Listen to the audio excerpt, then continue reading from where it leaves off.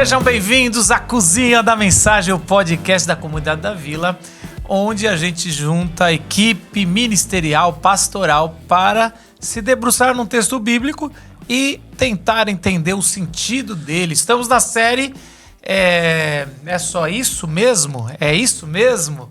Decepcionados com o Paraíso, e estamos fazendo uma caminhada ao longo da Bíblia hebraica, trazendo textos difíceis, ambíguos, que vão cada vez esclarecer mais essa nossa jornada e esse nosso posicionamento de um paraíso realmente revelado no Novo Testamento, no Reino de Deus.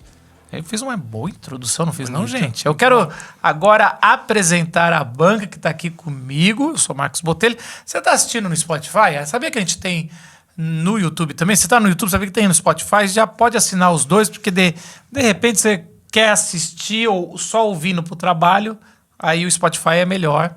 Às vezes você quer ver a gente aqui, é muito legal, que às vezes sai nos tapas e a briga é generalizada e você pode ver aqui também a gente participando. Minha pergunta de hoje, Vitor Fontana, tudo bem? No Spotify essa parte não deu certo, não. Falhou o microfone dele.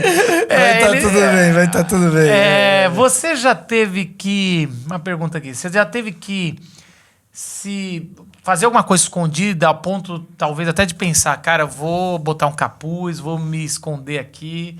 Nossa, botar capuz você foi longe. Não, sabe assim, quando você tá meio envergonhado? Não, já fez coisas escondidas?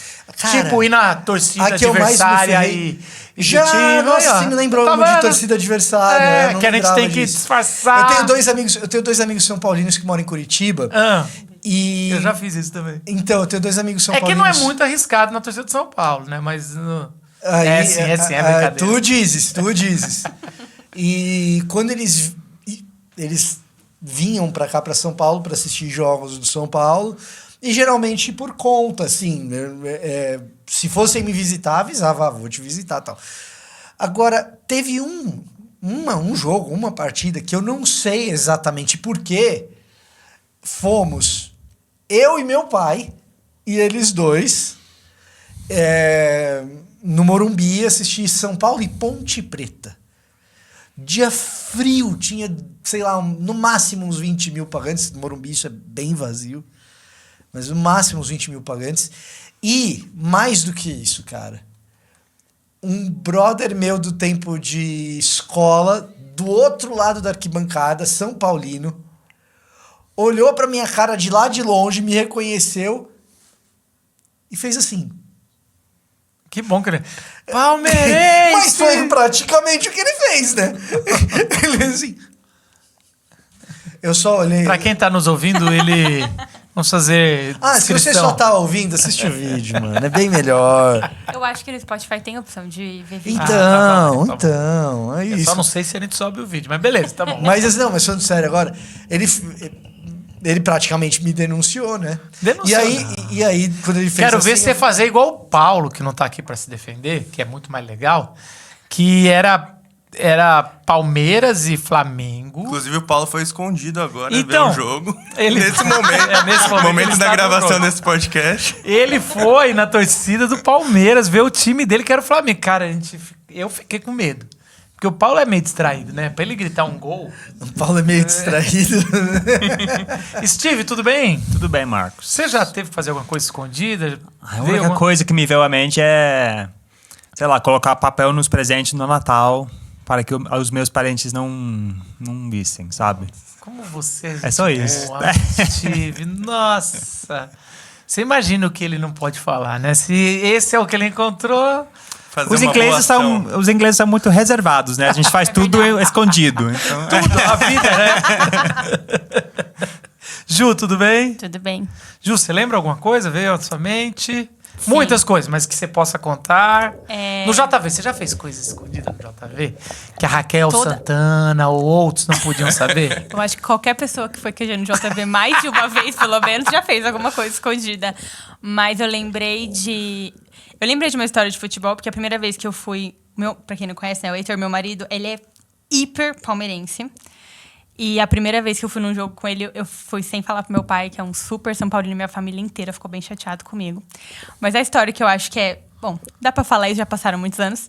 Mas quando eu tava na escola, teve uma vez, 3º ano do ensino médio, e aí os meninos da minha sala, as meninas da minha sala, todo mundo decidiu que ia matar uma aula de um professor muito chato pra ir pra uma casa da praia de sei lá quem, pra passar a manhã lá. E a aula era muito chata, todo mundo já tinha passado de ano, a gente foi pra lá. E eu tava pensando, eu não devia estar indo pra esse lugar. Mas todos meus amigos estão indo, vou ficar aqui sozinha assistindo a aula desse professor chato? Não, vou junto. Resultado, todo mundo bebeu muito, um monte de adolescente podia beber, bebeu um monte. E eu fiquei cuidando de todo mundo, arrependida de ter ido escondida pra um lugar onde eu não deveria ter ido. Você virou a responsável ali. Sim. Daí ia tomar uma bronca. Pois é. E aí, Pet? E aí, tudo bom? Você fez alguma coisa escondida? Cara, quanto mais eu volto pra infância, mais delinquente eu fico. Então, assim... Eu gosto dos disclaimers que ele fala. Eu sou uma pessoa boa, viu, gente? Sou uma pessoa boa, aceitei Mas Jesus, no dei uma JV. porrada na cara de um amigo meu. Sem querer. Quando eu tinha 4 anos, eu morava no interior.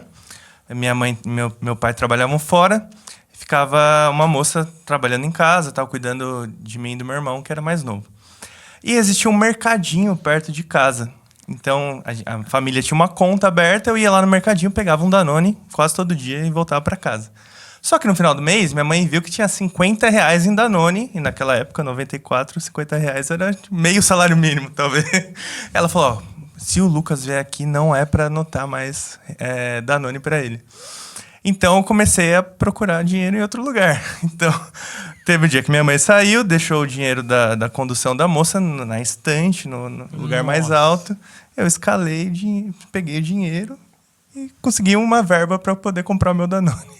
Só que não durou muito tempo, né? Ela viu que não tinha deixado dinheiro, ligou para minha mãe e tal. Ela falou, não, deixei em cima da mesa e tal. Foi investigar e descobriu. Se você quer saber, em 92 o salário mínimo era 80 e alguma coisa reais. Eu sei porque a gente já fez não contas tinha assim. reais ainda em 92, eu acho. Era como é que era a moeda mudando?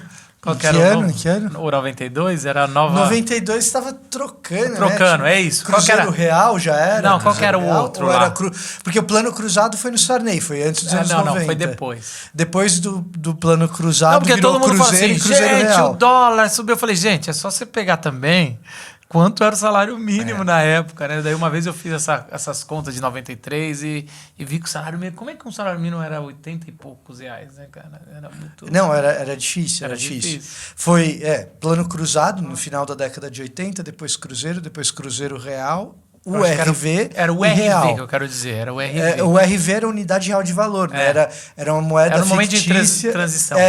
Que era pareada Pra você com dólar. saber. Eu tô muito perdido, né? Você só tem uma moeda História da política monetária brasileira. Interessante. Agora vamos aqui pro texto. A gente saiu de Juízes, graças a Deus. Saímos de Juízes ali aos pedaços. Vimos Sansão, vimos aquele final terrível de Juízes, né, com a tribo de Benjamim quase sendo extinta e tudo errado, tudo fora de lugar, Deus em silêncio, a guerra civil, e ali a gente, cara, e a grande frase que ecoava: não havia rei em Israel. Naquela época não havia rei em Israel. Tudo preparando para Samuel, que vai agora. Primeiro, Deus cuida do templo dele, que está tudo aos pedaços. Ele vai ter a história de Samuel. A gente não vai abordar aqui a história de Samuel, o nascimento dele. Tudo é colocado de forma muito milagrosa, como alguém especial. Desde o nascimento da mãe com a mãe, e ele lá, ele ouvindo. Ele é o primeiro a ouvir a voz de Deus. E isso é muito legal. Uma criança dentro do tabernáculo, e o sacerdote não ouve, e aí a criança fala, e o sacerdote tem que ter a humildade de falar, vai lá, que eu acho que Deus não quer mais falar comigo.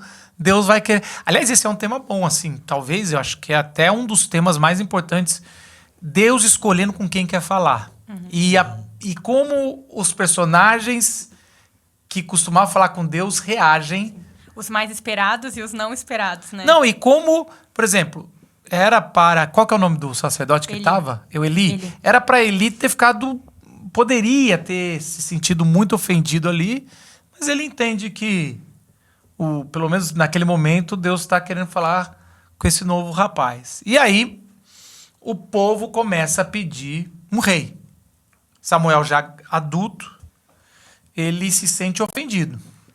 Ele se sente rejeitado. Vamos dizer assim. Cara, vocês querem o rei? Por que vocês querem o rei? Porque Porque ele é o último juiz também, né? Tem essa Samuel, ele transição. Samuel, ele consegue pegar os 3. Ele é o sacerdote e profeta, né? Ele pega o juiz, que é como se fosse um rei, né? Um governante. Aí ele é sacerdote e ele é profeta. Também tem o texto que fala que ele é profeta. Então ele, assim como Moisés, ele junta os 3 personagens ali, as 3 figuras, que era o ideal de Deus. Nunca foi, vamos dizer assim, não era nos planos originais de Deus se dividir em 3 personagens, era para ser um só. E aí ele se sente ofendido, porque se vocês estão pedindo um rei, é que eu não estou fazendo alguma coisa certa. E Deus fala, não se preocupe. Você vai... eles não estão rejeitando vocês, estão rejeitando eu. E aí, o povo... E aí é um pouco interessante, cabe aqui conversar ou não, porque a gente é de uma tradição, principalmente no Brasil, que veio dos norte-americanos. Eu tô aqui, o Steve pode talvez dizer como é que é, não que como é que é lá na Europa, um pouco que eu acho que é diferente, mas a nossa tradição ela erra por ser literalista demais. Então sempre que eu falo assim, o Saul foi um pedido do povo, que o texto mostra o tempo todo que o povo está pedindo. O nome Saul quer dizer pedido. Uma das coisas do nome Saul quer dizer o pedido. Ou seja, o que foi pedido. Então, assim, o texto deixa na narrativa clara que Saul é a escolha do povo. Era alguém bonito, de aparência, alto, violento. Ou seja, eles vão querer um rei igual aos reis vizinhos. Você tinha que ser aquele cara que é machão. Que é o... Como é que vocês falam? O hétero top. É o hétero top, o red pill, sei lá como é que vocês chamam hoje assim. Ele é esse cara. Esse cara... Red Pill não, Red Pill é Betinha. Eles querem ser Saúl, tá, não são. Esse é por excelência. Esse é o The Real Deal. Aham. E aí, eles escolhem, lógico que Deus aceita, como se fosse assim, vocês querem? Eu vou dar, vou te mostrar quem vai ser. Então vai lá, e aí, quando a pessoa lê, não, tá vendo? Deus escolheu. Escolhido por Deus, né? Não é, mas não é bem assim a história. E aí, Saul começa... Mas desde o começo, Saul tem um bom começo, Fontana? Saul é ambíguo pra caramba, do começo até o final, cara. Porque, veja só, do ponto de vista relativo, Saul tem um começo melhor do que o de Salomão. Que é o que as pessoas geralmente imaginam, que é o cara com o bom começo e o final ruim. Salomão começou bem, terminou mal. Não, Salomão começa muito mal e muito claramente no texto bíblico. Saul não, Saul tem um começo melhor do que o de Salomão. Agora, ele sempre foi turrão, ele é retratado pelo texto bíblico. E aí tem um pouco de sutileza no jeito de você lidar com o narrador. Isso. Assim, das dicas que o narrador tá te dando de quem é esse cara. Se você está habituado com a maneira como o narrador bíblico lida com o masculino, Saul tá do lado errado da história. Assim. Saul tá do lado dos caras com quem o texto bíblico se incomoda. Então o texto bíblico se incomoda com todo tipo de personagem que é... Como é que eu posso dizer isso sem ser rude? Eu tô até curioso. Que é meio burrão, assim. Meio chucro. Chucrão, bruto. O texto do Antigo Testamento é sempre suspeito. Igual Sansão. Igual Sansão. Esaú e Jacó, né? Igual Não, Esaú é o clímax disso daí. E o texto parece que tira sarro dele. Tira sarro. O texto tira sarro dele e tá tirando sarro do sarro povo. de Sansão também. Isso, Então, assim, né? Então, o chucrão, assim, cara, ele é sempre visto no texto bíblico com uma certa suspeita, como o cara que...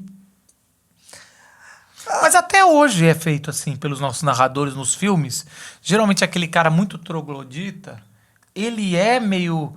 Vai resolver, Vai usar uma mas força bruta, ele mas não é meio... o... Que nem Obelix.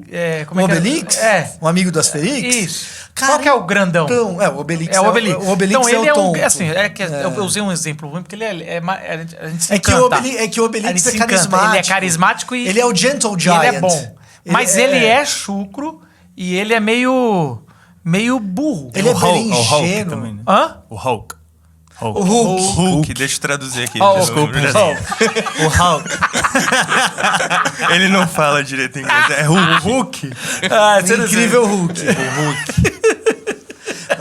Esses dias eu saí com o Eu Steve. gosto que a Ju passa vergonha. Esses dias eu saí com o Steve e o garçom não entendeu o que ele tava pedindo porque Você era... teve que repetir? Não, Daí é muito humilhante. ele Eu adaptou- repeti. Ah, ele bom. adaptou a palavra que ele tava falando em inglês pro inglês abrasileirado com louvor. Não, isso o Steve Com faz. louvor. Senão nem trabalharia na vila. O Hulk dele na hora lá de pedir pro cara no... O que ele pediu, você lembra? Não lembro o que era, mas assim, a hora que... Ah. Eu não lembro a palavra que era, mas era uma palavra em inglês que a primeira que saiu, o garçom não entendeu. A segunda, ele falou, mas não foi como um brasileiro. Ele falou como um brasileiro Paulista, raiz. um paulista. Assim, Obrigado. eu fiquei orgulhoso, assim. Mas Se assim, você não viu essa cena, voltando entra aqui, pra ver. Essa sutileza do narrador, uma delas é Saul veio da tribo de Benjamim. E aí aqui você já tá... Quem leu junto, e uma coisa que você fala, Fontana, que é assim, na nossa versão ocidental do cano, a gente botou uma Ruth no meio para botar um pouco da linhagem de Davi.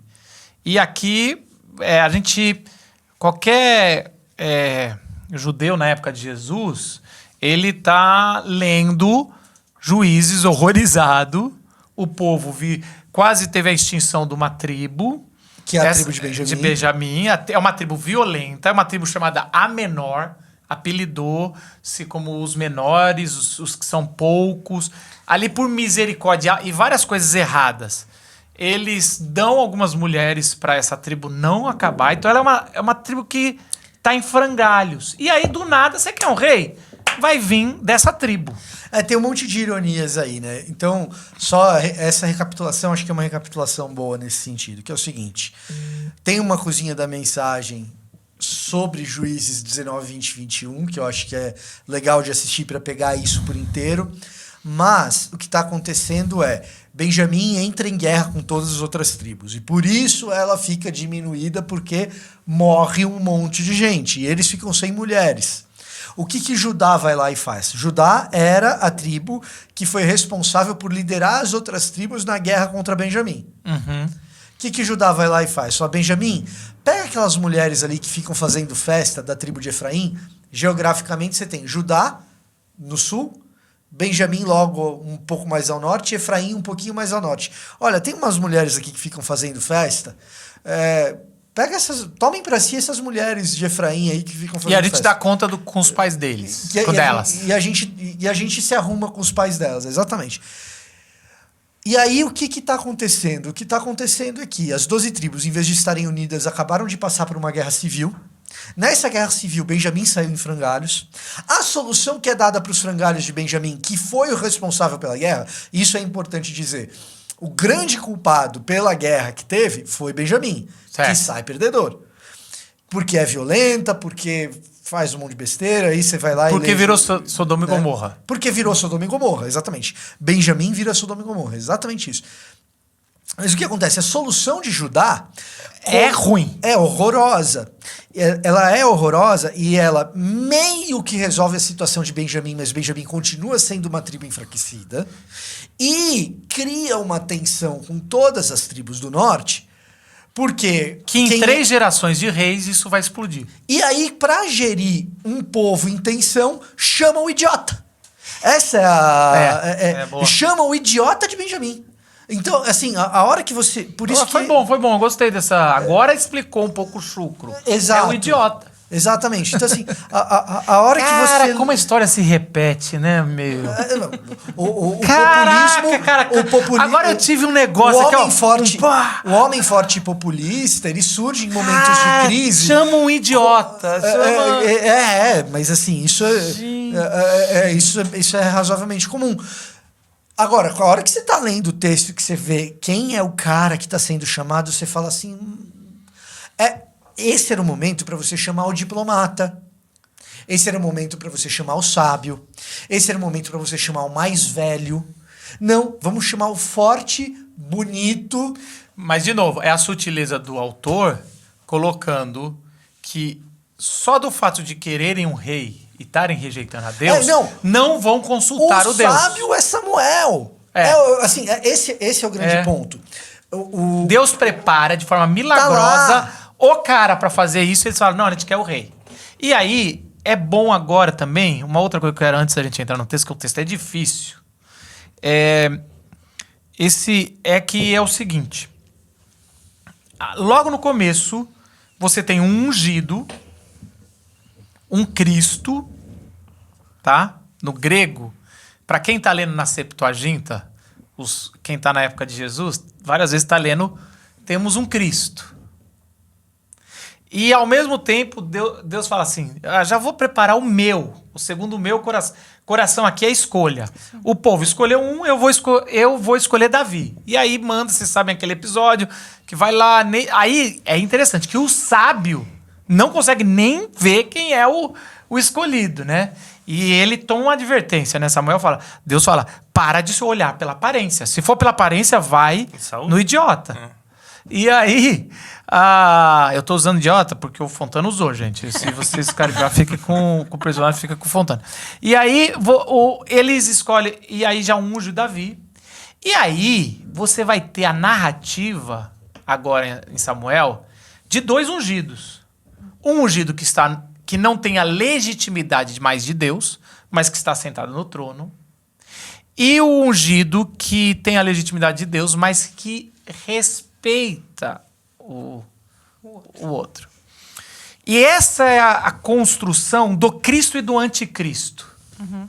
Você tem o Cristo e o anticristo ali, que está no lugar do Cristo, que parece que fala das coisas do Cristo, mas que não é o Cristo. Por que eu estou dizendo isso aqui? Porque no episódio que a gente vai ver esse paralelo entre o anticristo e o Cristo. O que faz as coisas que deveriam ser feitas e o que não faz. Então é esse o espelho que vai construir. E ao longo da narrativa você vai ver Saul com medo de Golias, com medo de Davi, com medo de... Vai interessante que o cântico de Ana é um cântico que vai dar o tom do livro todo. Então, o cântico de Ana fala o seguinte, os humilhados serão honrados e Deus humilha soberbos. E a história de Saul é a história do soberbo. Do cara que vai ficando com medo, e esse medo não é covarde, é um medo de que... Porque Davi tem medo, mas assim, é um medo de que no medo não recorre a Deus. Vai sendo mais teimoso. Então é um medo teimoso, é um medo que dobra a aposta, é aquele cara que grita mais alto.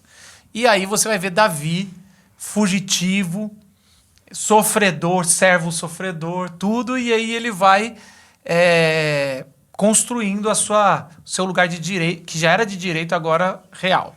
Tá, e aí a gente chega no episódio 28. No episódio do capítulo 28, Saul já perdeu, já teve uma briga um pouco antes, alguns capítulos antes, que ele faz algumas coisas muito erradas.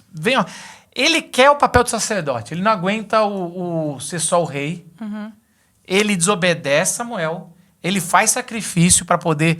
E é interessante que o narrador vai colocando quase como... O que ele quer é só ganhar a batalha para o Senhor. E aí você fica assim, gente... De novo, né? Você tem aquele sentimento do mesmo... Talvez não tão assim, mas...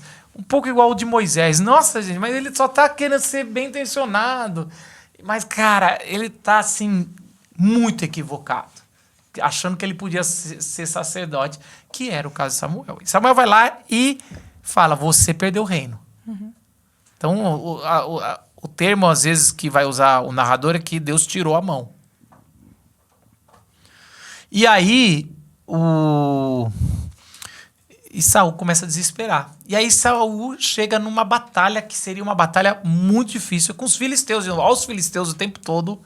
É o calcanhar de Aquiles de Saul. Uhum. E ele consulta, ele faz pergunta a Deus se ele deveria guerrear ou não. Só que Deus não responde. Porque Deus já tirou a mão. Falou, quem é você? Quase como assim? Não te atendo mais. Deus fechou a porta e falou, não te atendo mais. Eu atendo o rei verdadeiro. E você já não é mais o rei verdadeiro. Só que ele tá lá. E aí a gente cai no capítulo 28. Você pode ler o capítulo 28? Inteiro? Isso. Naqueles dias, os filisteus reuniram suas tropas para outra guerra contra Israel. O rei Aquis disse a Davi, saiba que você e seus homens sairão à batalha comigo. Está bem, disse Davi. Agora o Senhor verá por si mesmo o que somos capazes de fazer. Então Aquis disse a Davi, colocarei você como meu guarda pessoal enquanto eu viver. Nesse tempo, Samuel já havia morrido e todo Israel tinha chorado sua morte. Estava sepultado em Ramá, sua cidade natal. Saul havia expulsado da nação todos os médiuns e todos os que consultam os espíritos dos mortos. Os filisteus acamparam em Sunem e Saul reuniu todo o exército israelita e acampou em Gilboa. Quando Saul viu o imenso exército dos filisteus, entrou em pânico. Consultou o Senhor a respeito do que deveria fazer. Mas o Senhor não lhe respondeu, nem por sonhos, nem pelo Urim, nem por profetas. Então Saul disse a seus conselheiros, procurem uma mulher que seja médium para que eu pergunte a ela o que fazer. Seus conselheiros responderam, há uma médium em Endor. Então Saul se disfarçou com roupas comuns e, acompanhado de 2 de seus homens, foi à noite à casa da mulher. Preciso falar com um homem que está morto, disse ele à mulher. Você pode invocar o espírito dele para mim? Quer que me matem? Respondeu ela. Você sabe que Saul expulsou todos os médiuns e todos que consultam os espíritos dos mortos. Por que prepara uma armadilha contra a minha vida? Saul, porém, jurou em nome do Senhor e prometeu, tão certo como vive o Senhor, nenhum mal lhe acontecerá por isso. Por fim, a mulher disse, de quem é o espírito que devo invocar? De Samuel, respondeu Saul. Quando a mulher viu Samuel, gritou, você me enganou, você é Saul. Não tenha medo, disse o rei. O que você vê? Vejo um Deus subindo da terra, disse a mulher. Qual é a aparência dele? Perguntou Saul. É um ancião envolto num manto, respondeu ela. Saul entendeu que era Samuel e se curvou diante dele com o rosto em terra. Então Samuel perguntou a Saul, por que me perturba chamando-me de volta? Porque estou muito angustiado, respondeu Saul. Os filisteus estão em guerra contra mim. Deus me abandonou e não me responde por meio de profetas nem por sonhos. Por isso chamei o Senhor, para que me diga o que fazer. Samuel, porém, disse, por que me consultar se o Senhor o abandonou e se tornou seu inimigo? O Senhor fez exatamente conforme tinha dito por meu intermédio. Rasgou de suas mãos o reino e o entregou a outro, Davi. O Senhor lhe fez isso hoje porque você se recusou a executar a ira ardente dele contra os amalequitas. Além disso, o Senhor entregará você e o exército de Israel nas mãos dos filisteus. E amanhã, você e seus filhos estarão aqui comigo. O Senhor entregará o exército de Israel nas mãos dos filisteus. No mesmo instante, Saul caiu estendido no chão, paralisado de terror com as palavras de Samuel.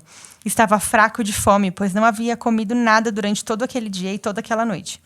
Quando a mulher viu quanto ele estava perturbado, disse, meu senhor, obedeci a sua ordem e arrisquei minha vida. Agora faça o que digo e deixe que eu lhe dê alguma coisa para comer, a fim de que recupere as forças para a viagem de volta. Mas Saul se recusou a comer. Seus servos também insistiram para que ele se alimentasse, até que por fim ele concordou. Então ele se levantou do chão e foi sentar-se na cama. A mulher estava engordando um bezerro, de modo que saiu depressa e o matou. Pegou um punhado de farinha, preparou a massa e assou um pão sem fermento. Trouxe a refeição para Saul e seus conselheiros e eles comeram. Depois saíram naquela mesma noite. E aí? Muito bom. E aí, muito Pet? bom. Vamos explicar Que leitura. todo esse texto a gente aqui. vai. Né? Onde é que fica Endor? É Star Wars. Star Wars. Você vai... Eu fiz essa pergunta só para vocês Você responderem. levantou a assim, bola. é. Tava fácil essa. Vamos lá. Vamos lá. Eu tô falando vamos lá, Fontana, ultimamente. Sem problema. Deixa... Eu vou fazer uma coisa professoral que geralmente deixa pro Fontana, mas eu faço e o Fontana me corrige se precisar. Eu vou dar a história da interpretação desse texto. Legal. Pra gente poder depois falar do texto. Sim. Mas assim. Então, você tem esse texto. Esse texto tem um problema grande. Na teologia cristã, é consenso que não se fala com os mortos. Não é possível, não é só que é proibido. Não é possível. E esse texto, ele fala com os mortos, com o morto. Então, como ao longo da história do texto se interpretou?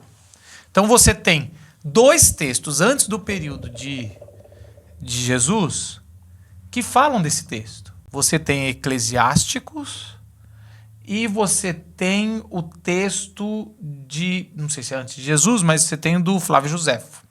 Os dois... É posterior. Posterior. Mas é ali, é um texto antigo.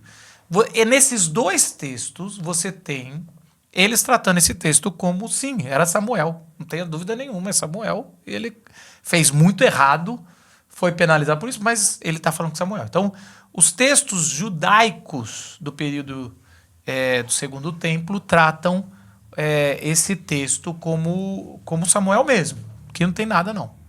Quando você vai para a Septuaginta, que é 200 anos antes de Cristo, você já tem os judeus de Alexandria, já helenizados, interpretando, porque cada tradução é uma interpretação. E eles usam uma palavra no grego que é ventriloquia. Ou seja, já era de considerar o texto como uma enganação. Como se literalmente a mulher estivesse fazendo uma ventriloquia, como se fosse o Samuel falando. Não, o texto é só uma tradução da Bíblia, não é uma interpretação. Mas a escolha da palavra no grego já parece indicar que eles aqui... Não, isso aqui é enganação. E aí você tem, já na história do cristianismo, os pais da igreja, todo mundo segue para a linha. Deve ter alguém que não, mas os grandes nomes... Né? Seguem para a linha que é uma enganação. Alguns colocam que é um demônio, outros colocam que ela está enganando. Então você tem as linhas ali de que não, isso não aconteceu. Isso é um negócio interessante, porque você no cristianismo você tem 3 perspectivas. É Samuel, é um engano, é um demônio. Tá? E nessa do engano, pode ser um engano da mulher ou é uma alucinação. Tá? Então você tem essas 3 possibilidades. Agora, na ortodoxia cristã também tem gente que defende que é Samuel mesmo, tá? E são nomes de peso. Agostinho e Tomás de Aquino, os 2 maiores. É Samuel mesmo. É Samuel mesmo? É. Aí você pega um grande do lado dos demônios, Tertuliano. Você vê, tem gigante dos 2 lados. Tá. A questão é que, sim, quando a gente chega na reforma, e nós somos uma igreja reformada, deixar bem claro nessa mesa, a maioria dos reformadores colocaram na linha que era um demônio. Não é Samuel. Não é Samuel, ok? Você tem Calvino falando sobre isso, você tem Lutero falando sobre isso. E aí, qual que é o problema? O problema é que para a linha que eu vou, se eu conheço Fontana, ele também vai, o que a gente tem que entender que os reformadores tinham uma preocupação maior do que interpretar o texto pelo texto. Eles estavam numa batalha teológica com a igreja. Então, várias vezes, não é só nesse texto, não, as decisões de interpretação dos reformadores é para proteger a sã doutrina, a teologia. Então, é quase como assim, é só esse texto. E a gente tem todo um arcabouço para proteger. Vai pela mentira. Porque, assim... Vai pela mentira que você quer dizer era uma interpretação Aqui o narrador tá jogando que enganação, ele tá sendo enganado. Ele tá tão... Porque não é um absurdo. Ele tá tão cego. É o final da vida dele. Ele já não consulta o Senhor. Ele tá consultando uma necromante. E aí, é óbvio que ele está sendo enganado. Ele está sendo enganado de qualquer jeito. Se for um demônio, se for, ele está assim, ele está se enganando, tentando... O problema é que a Bíblia fala que é Samuel. E aí... Se você aí, é apegado ao texto, né? eu só tô trazendo para depois, tentando colocar... Eu tô criando um cinto de segurança nosso aqui, ok? Então é isso, a gente tem essa história. Agora, quando você vai para o texto, entendendo que existe revelação progressiva, ou seja, é tranquilo se mais para frente isso aqui ganhar outras formas, outros significados. Mas no texto aqui que a gente tem e na voz do narrador, é meio que quase inevitável dizer que é Samuel. É Samuel. Agora, tem uma linha, principalmente uma linha mais moderna, do último século, que é a linha que diz o seguinte: os dois têm razão, os dois lados têm razão. Eu lembro bem o termo. É Samuel, mas não é a mulher que invocou Samuel. É Deus que manifestou Samuel ali no juízo que vai dar da história. Sim. Na mesma linha de Balaão, mais ou menos. Isso. E aí para mim é o texto que mais... Por quê? Quem é Balaão? Que a gente não lembra. Voltando lá em Números, Balaão é um rei, tá com medo do povo de Deus, chama um profeta, um profeta não de Deus, um profeta desses... Como se fosse Um profeta cuja profissão... místico. Ele é um místico, isso. Um místico... Um esotérico cuja Que profissão se era vende. amaldiçoar. Quem paga mais, eu amaldiçoo. Só pra me ver. Ele vai lá, dá um dinheirão, ele fala, pode deixar, vou subir no monte, vou conjurar. Então é muito parecido aqui. E vou amaldiçoar esse povo. E aí ele não consegue amaldiçoar. Sempre que ele fala... Ou seja, Deus usa um profeta mequetrefe para abençoar o seu povo 3 vezes. E depois ele conversa com uma mula, que é quase como dizendo assim, ó, um animal tem uma interpretação melhor de mim ou do mundo espiritual do que você, seu picareta. Mas isso não quer dizer que eu não vou usar você para abençoar meu povo, e ele abençoa e pega o dinheiro do cara. Então assim, aqui você fala assim, não, mas é Deus que tá fazendo. Mas esse cara não vale nada. Ele tá lá para fazer o errado. Então assim, essa mulher... Então, eu gosto mais dessa interpretação. Não sei você... Mas assim, eu acho assim... Cara, isso aqui não é a primeira vez, então, no texto. Não estamos forçando... Nunca aconteceu isso. Nunca aconteceu de vir dos mortos. Mas é uma coisa que Deus já mostrou. É ambígua. Como a nossa série exige. Um texto não fácil, que vai gerar muitas outras dúvidas, mas que a gente tem que falar. O narrador está dizendo que é Samuel. Várias vezes por nome. Marcos, Então... outro texto que me veio à mente, não sei se tem a ver, é quando Jesus fala com Elias e Moisés, né? Isso tem tudo a ver. Lá na frente. Mas geralmente a gente vai guardar esse texto, a gente volta pro final do podcast. Porque eu acho que aí o Mateus decide invocar esse texto e fazer o paralelo que tá. Mas a gente tem que, antes de chegar lá no Novo, pegar os paralelos da Bíblia hebraica, que eu acho que traz uma ajuda boa. Até para os judeus, a gente tem umas respostas para quem não... Eu acho que a reação da mulher aqui, no próprio texto, reforça essa última tese. Sim. Porque ela se assusta. Ela tá... É diferente do que ela estava acostumada a fazer, talvez, né? Porque na hora... Ela se assusta e ela fala, se esse é o cara que eu invoquei... Você é Saul. Você é Saul. Isso é tão bom, porque assim, não tira se ela é uma enganadora. Ela provavelmente é uma enganadora. E ela fala assim, como assim funcionou? ela dá um grito. Assim, ela pode ter tentado enganar e no fim ela falou, você me enganou. Tipo então, assim, mesmo não era pra isso que eu ia fazer. Mesmo pra quem entende na Septuaginta que era uma enganadora... Esse texto é muito desafiador pra você imaginar que o que ela tá fazendo ali é enganar alguém. Não. Aqui ela não tá. Aqui ela assustou. Exato. Então, assim, ela pode ser... Alguém pode falar, não, mas ela já devia... A outra coisa que é importante dizer é a teologia. O Fontana vai me ajudar melhor, porque ele deve ter lido bastante disso. Mas é um pouco da invocação do poço. Que como é que é? Porque a gente tem as nossas figuras populares de invocação de mortos. Que não tem nada a ver com a época do Oriente Próximo, o Antigo Oriente Próximo. Então, assim, existia a teologia da época é uma teologia que embaixo da terra existia uma caverna gigantesca que às vezes é chamado o abismo, as profundezas ou Sheol. Tá? Sheol é o lugar dos mortos. Só que os deuses brigam lá dentro. Isso. E lá tem, por exemplo, eu até falei numa pregação sobre os egípcios achavam que os deuses desciam no fim do dia, batalhavam e toda vez que vinha o sol é que o deus Ra venceu. Então cada um tinha um pouco da... cada povo tinha a sua teologia, mas que esse abismo... Às vezes dentro de um mesmo povo você tem histórias concorrentes desse tipo de coisa. Mas esse abismo tá lá sempre. Uma das coisas que eu acho que vale a pena aqui, mas a gente vai ficar muito... É que é o seguinte, que quando teve o dilúvio, todos os espíritos dos nefilins foram jogados no abismo. Isso, ok. Por isso que Deus está trazendo o juízo dos filhos de Elohim que pegaram a filha, Gênesis 6, que pegaram a filha de Adão, a filha dos homens. Foi jogado. E alguns espíritos voltam em gigantes.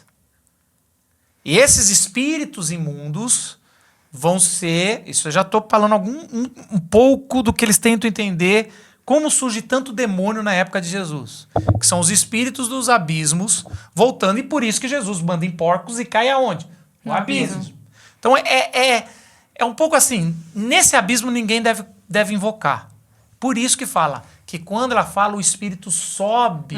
O espírito de um Deus. De um Deus. Elohim, na seria tradução ali. da Ju fica assim, né? Mas Vejo o Deus. importante, antes de falar de um espírito de um Deus, é esse... também é um espírito de um Deus, porque é do lugar onde eles estão guerreando. A interpretação dela é essa. A pergunta que o Steve fez no começo, ela é importante. Onde fica Endor? Opa, desculpa. Onde fica Endor? Essa pergunta é relevante. Endor é no norte, tipo, bem norte para quem tá brigando com o Filisteu. Isso é uma outra coisa que é importante aqui, gente. Esse pedaço da narrativa de Israel, geografia conta muito, tá? Os mapas, aqueles mapas que tem no começo e no final da sua Bíblia, sei lá. Esse pedaço aqui, geografia conta muito. Para você entender os tamanhos das coisas e quem vai para onde e por quê. Então, não é uma consulta na esquina. não, Ele foi para longe para poder consultar. foi bem pro norte. E aí o que acontece? Ele foi bem pro norte.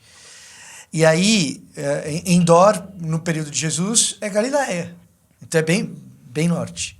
Tá? E a briga com os filisteus é bem sul. Tá? Então, Filisteu é onde hoje é a faixa de Gaza. Tá? Então, a briga com os filisteus é bem sul. E briga com filisteu é briga que ameaça Judá, Benjamim, Dan, e é isso. Então, Ou seja, se vira aí, gente. cara, tem duas coisas que acontecem aqui que são um pouco estranhas. Ou que são reveladoras também. Tá? A primeira delas é o seguinte: Saul expulsa todas as feiticeiras. Então, para ele Isso é buscar importantíssimo. Tá para ele fora. buscar uma, tem que subir bastante. Tem que enganar, falar que não é ele. Tá? E tem que meio que jurar que vai Tem que proteger. fazer Então- um super trabalho para poder achar uma. É isso, fazer um super trabalho para achar uma. E ele vai achar uma que está habituada com lidar com os povos estrangeiros que não são os filisteus, aqueles lá do norte da região de Ugarit, que tem esses rituais de fazer a subida. Então, por um lado, tem essa história, tem que ser longe mesmo. Por outro lado, cara, o jeito que Saul tá apavorado dá muito uma impressão de fuga. Isso daqui. Porque, ó, a hora que você olha para onde os filisteus estão e para onde ele vai, dá muito O cara tá abandonando a tropa. uma impressão de fuga. Essa impressão de fuga somada à condição psicológica que o texto descreve em que Saul está, também é muito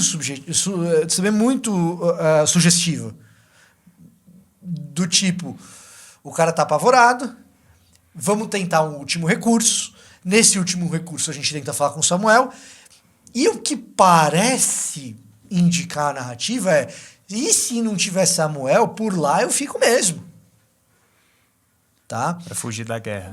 Pra fugir. É tipo o que Davi faz quando ele não vai pra guerra e fica cometendo É o adultério. inverso. É o inverso. Porque o que acontece? Quando Davi não vai pra guerra, a guerra tá no norte e Davi fica no sul.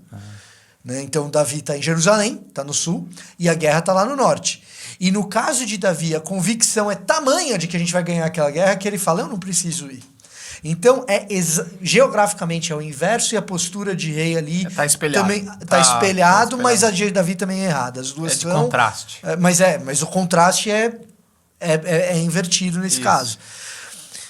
Agora, o que uma mulher de Ugarit ou de Endor está fazendo quando invoca uma divindade do Sheol, quando invoca um espírito do Sheol?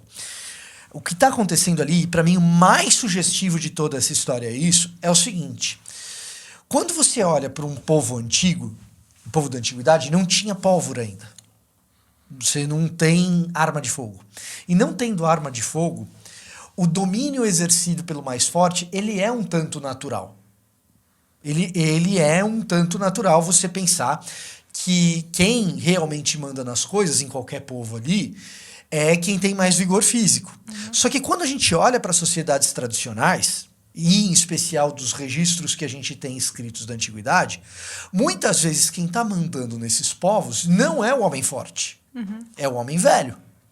A pessoa, na medida que ela vai envelhecendo, ela vai perdendo vigor físico, e você começa a se perguntar, como é possível que numa sociedade em que existe tanta violência, em que você tem confrontos militares o tempo todo, que este velho, este sábio, não tenha o seu trono usurpado o tempo todo? Ora, existem registros de tentativa de usurpação. Na Bíblia mesmo tem Absalão com Davi, por exemplo. Só que a usurpação, ela é a exceção. A regra é o cara mais velho estar no trono. Como ele se mantém no trono quando o vigor dele decai? Como? A percepção dos povos antigos, e nisso Israel é parecida com todos os outros povos, é de que você tem uma maior chance de êxito econômico e militar se o cara que é mais velho e mais experiente e, portanto, mais sábio, continua dando as cartas. Essa história de você ser o tempo todo chefiado pelo homem forte e jovem te leva à ruína. E isso não é uma percepção só do texto bíblico, isso é uma percepção disseminada no mundo antigo de maneira geral. A figura do sábio, ou como assistente e mentor do gestor, ou como o próprio gestor, ela é absolutamente necessária, ela está ali presente o tempo todo. Quando você não tem insight suficiente, visão suficiente, percepção, nem com o sábio e nem com o mais velho, quem que sobra para você consultar? Se o mais velho já não consegue te dar uma boa resposta, quem é mais velho que o mais velho é o morto, é o antepassado. Então, quando você está numa sociedade tradicional, que tem culto antepassado e tal, essas coisas são um pouquinho mais perceptíveis. Agora, se você não tem... Ou seja, Saul, quando vê que Deus não vai responder ele fala, vou pegar alguém mais velho. O mais velho não tem mais. Mas vou falar com ele na força. Vou puxar ele do Sheol. Vou puxar ele do Sheol, vou falar com quem já está morto. Essa é a ideia. E mais uma vez, Saul tá, vamos lá, fazendo certo da forma bem errada. Mas assim, ele já perdeu, porque ele tinha o certo. E isso é uma coisa interessante do texto, também daquela força narrativa que você trouxe, que é o seguinte: Saul era um cara que começou bem e terminou mal, ou é um cara que começa já de cara mal e tal? Cara, Saul, ele é escolhido por Deus e Deus provê para Saul uma maneira de governar que, mesmo ele sendo um estúpido, mesmo ele sendo um imbecil, ele seja capaz de governar com alguma eficácia. Qual que é? Samuel, eles rejeitaram a mim, eles não rejeitaram você, continua aqui do lado de Saul. Por quê? Você vai ser o conselheiro dele. Você vai ouvir minha voz e vai falar para ele o que tem que ser feito. A figura do sábio não vai ser destituída, Samuel. Você vai estar aqui do lado. É quase como assim: vocês vão escolher esse cara e eu vou dar a ferramenta para ele ser bem-sucedido. Ele não vai ser bem-sucedido, não é por falta da minha bênção, das minhas Perfeitamente. das coisas. querem... Porque seria injusto, né, também. Sim. Não, vocês estão escolhendo errado. Vou sabotar o cara. É isso que eu falo. Como vamos saber se escolhemos errado? E aí, a coisa começa a degringolar. Desculpa, mas é aí que o pessoal, alguns colegas, tem dificuldade de entender. Mas como assim? Deus abençoa, Deus dá condição e não dá certo? Deus não falha. Não, mas então, se você não entender a narrativa, não é questão de se... Não tá o nome de Deus não está em jogo aqui. No Nem sentido um pouco. Esse é o meu... De Davi estaria. E assim, e mesmo assim, Davi erra e Deus está falando, olha, vou manter a descendência sua, mas também não escondo os seus erros. E então, a grande ironia desse texto é que, enquanto Samuel esteve vivo, Saul não quis escutá-lo. Sim. E foi desesperado, orgulhoso, querendo sempre o trono e tendo vários momentos claramente de desequilíbrio total, mesmo tendo alguém podendo... E fala várias vezes que Várias ele vezes. tinha espírito. O espírito maligno que maligno perturbava sobre ele, né? Exato. Ele agia violentamente, porque Sim. era da tradição do povo dele, de querer matar qualquer um que está fazendo coisa errada. Isso é uma coisa interessante também. Quando você lê Juízes 19, 20, 21, fica muito claro o tipo de educação que Saul recebeu. Quem são esses caras? Então, Saul, vindo de Benjamim, é até um cara legal. É o melhor deles. Ainda- Você vai olhando, porque ele tem momentos de acerto e você fala assim, cara, nos momentos dele de acerto, você fala, pô, Saul... Mas ele é um tonto, cara. Ele é... E tem uma grande tristeza nessa história, porque ele parece que ele está finalmente querendo saber o que Deus acha, querendo ouvir o conselho Mas do é isso, Samuel. essa é a Mas parece que é isso. tarde demais. Não Tipo, é, mas não é só isso. Olha Pra só. ele é tarde demais. O texto é ambíguo até nisso, É. na minha opinião. Porque assim, Deus se cala e aí você pode falar, é tarde demais. Não. Deus se cala quando ele vai pedir uma pergunta. E era pra ele agir certo. E a gente não sabe o que aconteceria se ele agisse certo. qual teria sido o certo? O certo era ele aceitar que ele perdeu o trono. Porque você tem que pensar o entendi. seguinte, ele já faz um tempo que Samuel morreu. Ele ainda está no trono. Ele já tinha sido... Quando Samuel falou, você perdeu o trono. E aí ele tenta segurar Samuel e rasga a veste de Samuel no meio, ele fala, essa é a marca de que sua autoridade foi rasgada, seu reino foi rasgado. Ele deveria ter... Ele sabia quem deveria ser no lugar.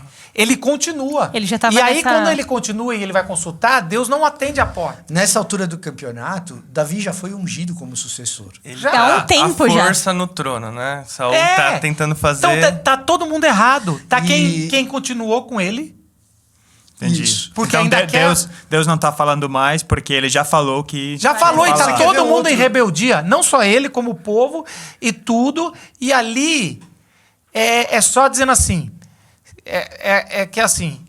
É quase como assim, Deus falando, você sabe como é que é, eu não vou falar enquanto você estiver assim. E ao invés dele. Gente, eu pequei. Ele vai dobrando a aposta errada. Então você fala assim, já era nessa hora e ele tá só fazendo uma coisa assim. Sim, mas também esse último ato é o ato muito importante. Quando você vai ler Crônicas, que é o último livro da Bíblia hebraica, no nosso está logo ali depois, mas é a reinterpretação de Adão até o último profeta sobre isso. Quando ele cita Saul, ele fala, e Saul perdeu seu trono por não sei o quê e por consultar os mortos. Ou seja, como é que é? Tá aí? 1 Crônicas 10, 13 e 14. Deixa eu Ele consultar cita aqui, esse mas ato é esse como essa passagem. é interessante. Esse ato é a causa ele perdeu o trono. Aí você fica assim, mas peraí, mas aqui ele já tá correndo isso porque perdeu. Mas Isso aí. de novo, é o jeito É isso aí. de narrar esse ato faz parte de Deus não atender. Aqui, ó, vamos lá. Ah. Saul morreu dessa forma, isso é o texto de Crônicas, tá? Saul morreu dessa forma porque foi infiel ao Senhor, não foi obediente à palavra do Senhor e chegou a consultar uma médium em busca de orientação, em vez de consultar o Senhor. Por isso, o Senhor o entregou à morte e deu o reino a Davi, filho de Jessé. Tem uma consideração que precisa ser feita aqui, que eu acho que é relevante, que é o seguinte. O texto de Deuteronômio 17 é o texto que dá pra gente quais são as orientações para quando o povo viesse a ter um rei.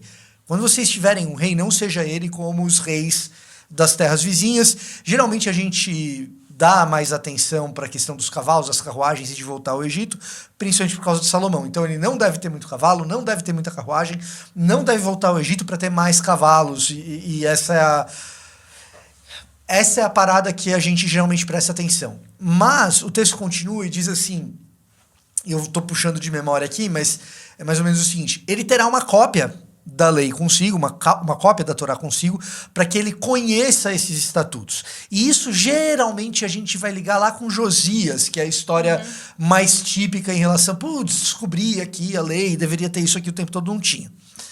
Agora, o texto de Crônicas, ele tá dando uma dica pra gente de que Saul não tinha. Sim. De que Saul não liga pra Torá, que é uma das coisas que ele poderia consultar, inclusive. Tá? Claramente, ele não liga. Então, assim, o idiota não vai ler.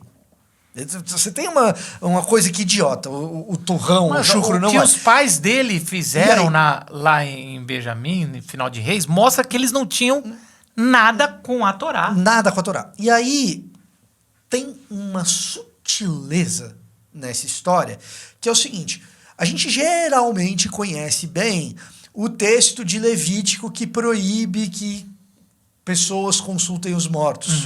E, inclusive, o texto de Levítico associa isso à abominação. Diz Isso, que tem que matar. é um texto pesado.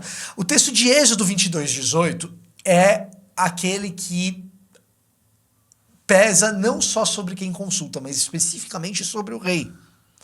Embora Êxodo 22 não seja sobre rei, é só Deuteronômio 17, Êxodo 22 diz respeito ao mandamento nacional, não individual. Porque uma coisa é você como indivíduo ir lá e consultar um adivinho ou se tornar um feiticeiro. Isso é uma coisa.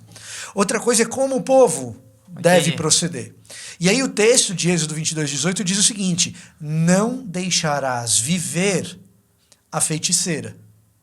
Quando a gente vai para o texto de Endor, a gente tem duas coisas. Primeiro, Saul expulsou os médiums, as feiticeiras, os necromantes, quem consultava espíritos.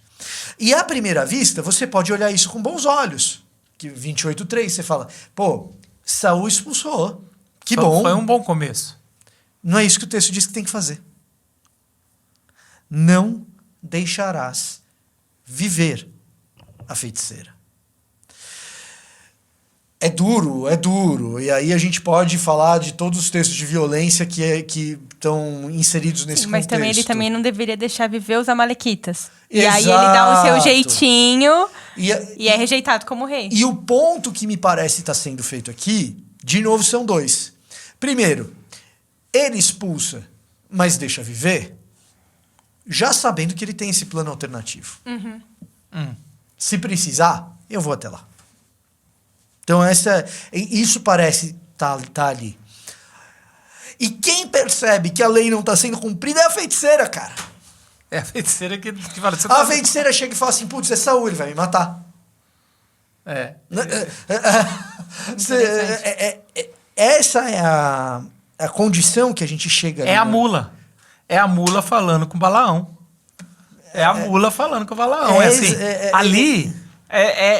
assim, tá vindo de um lugar que não era pra... Tá totalmente invertido. Então, assim... E aqui, gente, tem uma outra coisa interessante. Porque você tem ele saindo... o texto mostra que sai o espírito. Ela se assusta, ok? Ela fala, que isso? E aí cai a ficha dela, que ela... Então, você é Saul. Se é ele que tá vindo, é Saul. E aí Saul não tá vendo esse espírito como se fosse um deus. E aí ele fala, o que você tá vendo? Eu tô vendo Samuel. E aí é muito interessante que Samuel fala, por que vocês me chamaram? Saul explica. Ele se curva antes, né? Se Diante curva, de Samuel. explica. E praticamente Samuel fala, é isso mesmo. Eu já falei pra você. Eu já falei, você quer? E aí, piora. Ó, tá bom, já que você me chamou, é quase como assim, sabe? É isso mesmo, vou voltar. Mas antes, já que você me chamou, deixa eu falar. O juízo que eu dei vai cumprir amanhã. Amanhã você vai estar no Sheol comigo. E aí tem uma coisa que um hebraísta que a gente gosta muito, chamado Robert Alter, ele vai falar do trocadilho que o autor está fazendo aqui, que a gente perde no português. Que Saul, que é chamar, invocar, pedir, ele é assim, olha só, a história toda está em cima de um trocadilho. E aqui é muito importante interpretar, porque assim, Saul, que está pedindo para Deus um auxílio, Deus está em silêncio. Então, o pedido que vai pedir para os mortos fazem uma fala de que você vai estar no Sheol. Saul e Sheol é uma palavra que muda uma acentuação. Então, assim, ela tem a mesma raiz. Então, assim, tá dizendo assim, o pedido, você que está fazendo um pedido que não está recebendo resposta, agora veio fazer um pedido no Sheol, no lugar dos mortos, que está rimando com Saul, e você vai estar comigo. Então, aqui fecha o arco dizendo, ó, você encontrou o aqueles que clamam, né? O seu pedido está aqui. Você vai estar no lugar do pedido dos mortos. Então, aqui é uma coisa que traz esse juízo final para Saul. Essa é a primeira coisa que está aqui. Por isso que depois para ele não faz nem questão de comer. Ele acabou. E também aqui tem vários, até falei, tem vários pequenos paralelos, né? Tem o paralelo do começo de Saul, como é que Saul vira rei? Procure o profeta, porque ele estava procurando para 2 jumentas. Aí você procura Samuel, e agora ele está procurando do jeito errado. Como ele obedece ao Senhor, ele vira um rei. Agora ele está procurando no lugar errado Samuel, e ele ali vai ser condenado à morte. Então você tem todos alguns paralelos aqui de Abigail alimentando Davi e conduzindo ele para uma orientação, e agora essa mulher, além de dar a palavra do Senhor, ela começa a alimentar ele e quase dar instruções do que ele deve fazer. Esse cara está tão desorientado que ele está recebendo conselhos dela. Ela agora virou Samuel, né? Ela virou o Samuel dele. Assim, deixa eu fazer. Acaba com honra. Volta lá. Quase como assim. E também tem um outro pequeno detalhe aqui no texto, que Samuel vem com manto, né? E quase que esse manto, que é o manto que foi rasgado, e agora está inteiro, é quase que assim. O último encontro de Saul com Samuel. E o texto começa com o Robert Alter fala isso também. O texto começa com Saul tirando o seu manto para disfarçar. Sim. E a gente pensa, é só um disfarce. Mas o texto está todo simbólico aqui, falando, ó, você, cara, é isso mesmo, até que enfim você tirou o seu manto. Ele não está vestido como um rei, né? Ele não tá. E isso é algo que você saiu. Você agora, você finalmente, que pena que foi do jeito errado, mas era tudo que a gente estava querendo. É quase como assim, Saul, a única coisa que você precisava fazer era tirar o seu manto. Você nunca tirou, só tirou para vir aqui. E assim, por isso que não faz muito sentido, na minha cabeça, e eu sei que eu não sou padrão para nada, discutir se é Samuel ou não, porque o texto é sobre obedecer a Deus, sobre entender o silêncio de Deus. O silêncio de Deus como é isso. Se arrepender, né? Se arrepender. E eu acho que uma atenção obedecer. Também, uma atenção que, às vezes, o silêncio de Deus, a gente interpreta só naquele momento, mas quantas vezes o Senhor pode ter falado várias coisas, e o nosso orgulho, a nossa arrogância, a nossa desobediência, enfim, a nossa teimosia, durante vários momentos que o Senhor falou, E, de repente, o silêncio de Deus, além dele ser uma resposta, é uma continuação da palavra de Deus, né? O Senhor já está falando, ele deveria estar com a palavra, ele deveria estar ouvindo a voz de Deus, deveria estar sendo humilde o suficiente para perceber o que o Senhor estava falando. Em nenhum momento ele foi. E o silêncio de Deus naquele momento é uma continuação do que o Senhor estava falando, né? É interessante que logo depois, no capítulo 30, Davi vai contra os amalequitas e ele consulta o Senhor. Sim. É assim, começa esses paralelos sobre agora como Deus... E é tão interessante que às vezes é uma batalha meio fácil, mas o Davi vai lá e consulta o Senhor. E aí eu acho que a gente pode ir para o Monte da Transfiguração, em Mateus 17, lá em Mateus principalmente. Porque qual é a temática aqui? A temática é quem nós devemos ouvir. A temática é essa. Quando eu não ouço Deus, o que eu devo fazer? Eu vou consultar quem? E o que é o sermão o Monte da Transfiguração? Se não Moisés e Elias, figuras de 2 mortos, aparecendo pelo poder de Deus ali, de certa forma. E alguns vão falar, Elias foi arrebatado. Cara, não é isso também, como se fosse assim. Foi arrebatado, agora pode descer de novo. Ali ali são 2 pessoas que estão do outro lado. Isso já é uma linguagem mais moderna, estão no outro plano. E ali a fala de Deus esse é meu filho, amado, ouçam. É ali. Mais do que Davi com Saul, é o verdadeiro Cristo com o falso Cristo. O falso ungido. Então você tem esse...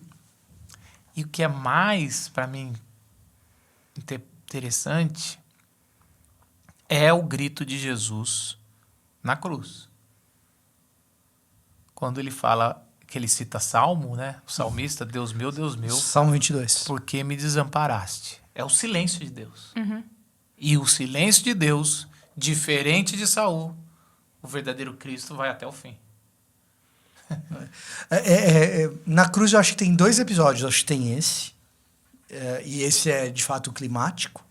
Mas eu acho que tem uma preparação para o clímax, que é o episódio com os 2 bandidos. A frase de Jesus com um deles espelha a frase de Samuel com Saul. Hoje mesmo. Hoje mesmo estará comigo. No paraíso. Não no Sheol. No paraíso. É a frase de alguém muito consciente daquilo que está prestes a acontecer. De alguém que arrependeu. Né? Com alguém que arrependeu. Né? Então você tem Jesus ali muito, muito claro a respeito da sua missão. E quando vai para Eloi lama sabachthani, Deus meu, por que me desamparaste? Ler o Salmo 22 é interessante para esse exercício, porque é um exercício de ver que Jesus, mesmo diante daquele silêncio, ele está muito consciente da missão dele. Porque ele está lembrando de um salmo que descreve a situação dele presente. O restante do Salmo 22, né? Eles estão ao meu redor e caçoam de mim. Então, a hora que você lê o Salmo 22, você enxerga Jesus na cruz. Né? E Jesus, nesse momento, menciona precisamente esse salmo. E o Salmo 22 é Davi. Sim. É Judá. É Davi. Dizendo no seguinte sentido. É Davi cercado, fazendo seu lamento. Jesus está concretizando isso. Mas isso é impressionante, né? Jesus, no momento de maior agonia, dor, sofrimento, expressa a palavra de Deus. Eu lembro é só Ele palavra de cheio, Deus. né? É só a palavra de Deus. Não vem até para um grito de... O que seria esse grito? Um grito de lamento, talvez? De angústia, talvez. De angústia. Angústia, acho que é uma boa palavra. Angústia. É Bíblia. E eu acho que uma coisa que ficou pra mim é do tipo, diante do silêncio de Deus, tiveram 2 respostas diferentes, né?